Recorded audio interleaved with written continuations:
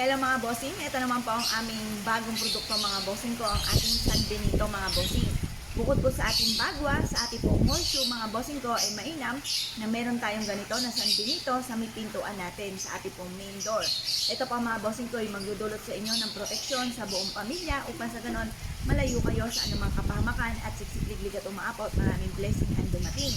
Ito po mga bossing ko, kung sino man ang mga magiging bisita po ninyo sa inyong puntahanan o sa inyong pong negosyo, ano man ang kanilang mga masamang intention ay hindi kayo mapapaano.